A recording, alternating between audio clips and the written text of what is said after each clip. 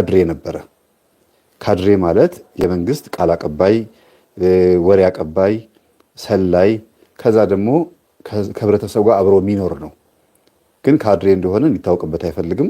እገሌ የሚባለውን ያዙት፣ እሰሩት፣ እንዲህ አይነት ችግር አለበት፣ ትናንትና ማታ መጠጥ ቤት ወይም ቤት ውስጥ ቡና ስንጠጣ ግራጁዌሽን ላይ ለቅሶ ላይ እንዲህ ሲቀባጠር ሰምቼዋለሁ ብሎ በሰፈር ውስጥ በመንደር ውስጥ አጠገባቸው የሆነ ሰው ካድሬ አለ፣ ወሬ አቀባይ፣ ጆሮ ጠቢ ነው የሚባለው ወይም እንባ የመንግስት እንባ ጠባቂ ነው የሚባለው። እና ይሄ ሰው ጀግና እንዲባል እንዲሸለም በመርማሪም ነበር። በነገራችን ላይ እንትን ብቻ አለው ካድሬ ብቻ አይደለም፣ በፊት መርማሪ ነበር እና ከባድ ወንጀል ተሰጠው እና ይሄ ወንጀል ፈልጎ ያገኘ ይሄን ወንጀለኛ ያገኘ ወይም ደግሞ ይሄን ጉዳይ የደረሰበት ሽልማት አለው። መኪና ይሸለማል እስኪባል ድረስ፣ ወርቅ ይሸለማል፣ ዋንጫ ይሸለማል፣ የስራ እድገት ያገኛል እስኪባል ድረስ አንዳንዴ ያበረታቷቸዋል መርማሪዎቹን። ጥሩ ነው፣ ደስ ይላል። ይሄ ሰው የመጣበት ክልል ስለ መናፍስት በደንብ የሚያውቅበት ክልል ነው። በአባቶች ምርቃት ያምናል። ጎንበስ ብሎ ጉልበታቸው ስር እንደዚህ አድርግህ እንደዚህ አድርግህ እንደዚህ አድርግህ እንደዚህ አድርግህ ብለው ይመርቁታል እና በዚህ ያምናል። ከዛ ቀጥሎ ደግሞ በጥበባት በድብትርና ምናምን ደግሞ ያምናል። የሆነ የተደበቀን ነገር ማግኘት በሚባለው እና ወደ ፖሊስነት ወደ መርማሪነት ራሱ የገባው በዚህ ነገር ይሄን ልሰራበት እችላለሁ ብሎ አስቦ ነው። እንዲያውም መርማሪነት ሁለተኛ እድሉ ነው። መጀመሪያ ይሄን ስለሚያውቅ ስለሚያምንበት ለምን ይሄን ነገር እንደዚህ አልሰራበትም ብሎ ሄዶ ተቀጥሮ ነው እና መንፈሳዊ ሆነው ቤተክርስቲያን ሰዎች ሆነው ለመንግስት ቅጥረኛ የሆኑ ሰዎች አሉ። ዘመድኩን አሁን ድሮ እንደዛ ነበር የሚባለው ነጭ ነጯን ድሮ ለመንግስት ቅጥረኛ ሆኖ ጆሮ ጠቢ ሆኖ ወሬ ያቀብላል። ግን ደግሞ የቤተክርስቲያን አገልጋይ ሆኖ ደግሞ ባህታዊ ገብረ መስቀል ጋርም ስንት ዓመት ተቀምጧል ይባላል። ማህበረ ቅዱሳንም መርካቶ ራጉኤል አካባቢ ምን ገልገላ ነው ምናምን የሚባል መዝሙር ቤት ከፍቶ እርግጠኛ አይደለሁም እንደዚህ ይንቀሳቀስ ነበር። ግን በመንፈሳዊ ሽፋን ውስጥ ሆነው ስራ የሚሰሩ ካድሬዎች አሉ። እና ወደዚህ እንምጣና ይሄ ሰው ምንድን ያደረገው ደብተራ ጋር ተጠግቶ አንድ ጉዳይ መጥቷል፣ እኔ እናንተ ሽልማቱን አካፍልሃለሁ፣ አብረኸኝ ነው የምትጋራውና ይሄ ነገር እንዳገኘው እርዳኝ አለው። ችግር የለውም አሉ። አዋረሰው መንፈስ። ከዛ ሌሊት ነው ሄዱት። ደብረ ዘይት ሄደው አረቄ ወንዝ ላይ አፍስሰው እንዳትፈራ ብሎት መጠበቂያ የሚባል ቅጠል አለ። እሱን ቅጠል ይዞ ሄዶ መንፈሱ መጥቶ አወያዩት። እንዳትፈራ ተብሏል።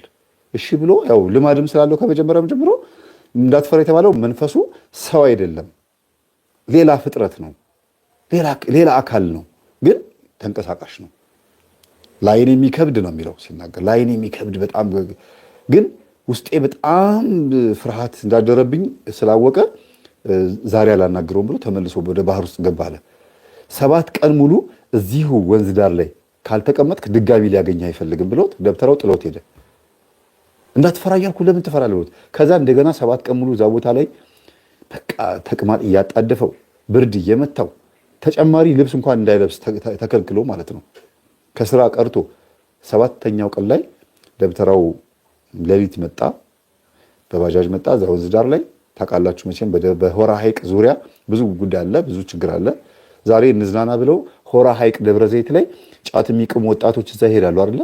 ለምን ይመስላችኋል? ለመዝናናት። ወንዙን እያዩ ይሸጣል። ወንዙ አረንጓዴ ባህር ነው። በተለይ በጋ ላይ ጸጥ ያለ ውሃ ስለሆነ ምንም የሚያዝናና ነገር የለውም። ኢቭን ሰዎች እንኳን እዛ ወንዝ ዳር ላይ ሆቴል ለመክፈት እንኳን የተቸገሩበት ሁኔታ ነው ያለው። ብዙ ቅዠት አለ። እዛ ታስተናግድ የነበረች ልጅ የነገረች ነገር አለ። ግልጽ ነው የምናገረው፣ ግልጽ ስለሆነ ነው። እና ጫት ለመቃም ሲጋራ ለማጨስ ለመዝናናት ሴቶችም ወንዶችም እዛ ዛፍ ስር ቁጭ ብለው ድሮ እኮ ቅቤ ይቀባ የነበረ ዛፍ ወይም ደግሞ ይመለክ የነበረበት ቦታ ስለሆነ ነው። የነዛ ሰዎች ልጆች ናቸው መተው እዛ ቦታ ላይ ጫት የሚቀሙት። ላያውቁ ይችላሉ። እናቴ እዚህ ቦታ መታ ነበረ ላያውቅ ይችላል ያ ሰው። ግን መንፈስ ይሳሳባል። አሁን ውሃው የሳባቸው ነው የሚመስላቸው። ዶክተር ወዳስ ታደሰ ውሃ ይሰማል ጆሮ አለው እንደሚሉት አይነት ነገር ማለት ነው። ግን ውሃ ውስጥ ያለው ጋኔን ነውና ወደ ዋናው ሲመጣላችሁ ይሄ ካድሬ ምንድን ያደረገው? መንፈሱ መጥቶ አዋራው፣ ተዋረሰ፣ ተነጋገሩ። አብሬ ሄዳለሁ ሂድ በቃ ነው ያለው። እንሂዳ ሲለው ጊዜ ሳቁ፣ ደብተራው ሳቁ። የሚገርማችሁ ነገር ደብተራው በመሳቃቸው 17 እና 16 ቀን ተቀጣሁን ያሉት። በጣም የተመታ ሰውነቴ ቁስል በቁስል ነው የሆነው ስለ ሳቃ ብቻ። ደብተራው ትልቅ ሰው ናቸው። ወይ አንተ ያልኩት ስለምናደድ ነው ሁኔታቸው። እና ጠምጥመዋል። የሚያገለግሉ አባት ናቸው። ግን ሄደው ከባህር ጋኔንን መሳብ እውነት እንደ ጠቢቡ ሰለሞን ና አንተ ና ይሄን ሂድን አግዘው ብለው ይመስላችኋል? ዓለሞቼ አረቄ እንደፋልሃለን እባክህ መታናግረን ተብሎ ተለምኖ እኮ ነው። አይገርማችሁም? ምን አለ ሚካኤል እንደዚህ በጠራ ነው። ሰይጣንን መጥራት የሚችል እምነትና ኃይል ካለን ምን አለበት መላእክትን በንጥራት የምንችልበት ኃይል ቢኖረን? በጣም እኮ የሚገርም ነው። ይሄ ካድሬ ከዚህ መንፈስ ጋር ሆነው የት ይሄድላቸዋል? ከተማ ይገባል።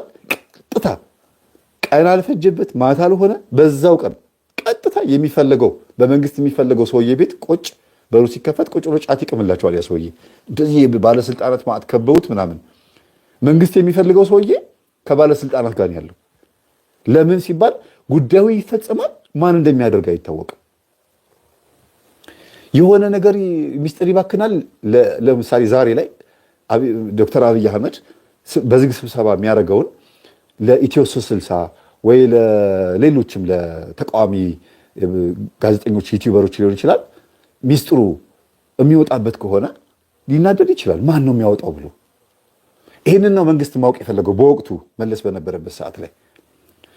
ስለዚህ ቀጥታ ነው ሄደው እና እንደገባ ማንቁርቱን ማን እንደሆነ እንኳን ለየለት። ብዙ ሰዎች ነው ያሉት።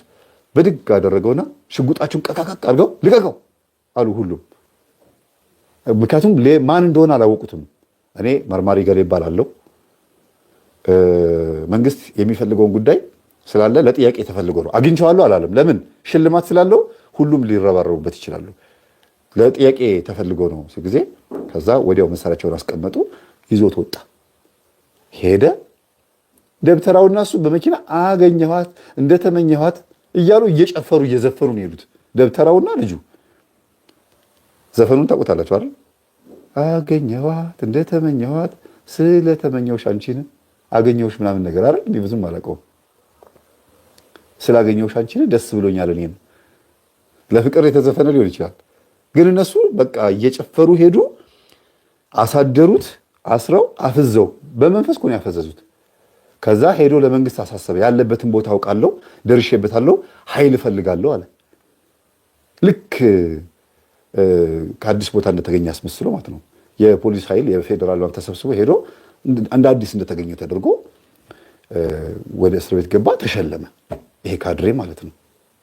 በዚሁ ቀጠለበት። ችግሩ የመጣው ትዳር ይዞ ሲወልድ ላይፍ ውስጥ ሲገባ ኮሌስትሮል፣ ስኳር ምናምን በሽታ መተንፈስ ሲያቅተው እንደ ማንኛውም ክርስቲያን ጸበል ሲሄድ ያ የተዋረሰው መንፈስ ባህር ላይ የተገናኘው መንፈስ ተረክ ብሎ ወጣ። እንደዛ ነው። እና ሰዎች እስቲ አስቡት፣ ዲስታንስ ቢወር ነው ተብሎ የሚታሰበው እኔ በደብተራው የተሰራው ስራ ዲስታንስ ቢወር ማለት ከርቀት ማን የት ቦታ እንዳለ ማወቅ። ቅድም ሲናገር አልሰማችሁትም? እዚህ ቤት ውስጥ ነው ያለው፣ ግን እዛኛው የት ቦታ ላይ እንዳለ ማወቅ። የት ቤት ውስጥ የት ሰፈር የትኛው ፎቅ ላይ ምናምን ማወቅ። እኔ አሁን ያለሁበትን ቦታ በመናፍስት ስራ ማወቅ ማለት ነው።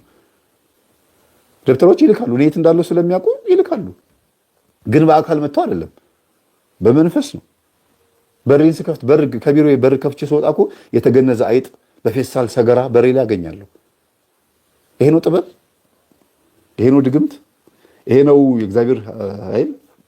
የቤተክርስቲያን ጥበብ የሚባለው ይሄ ነው።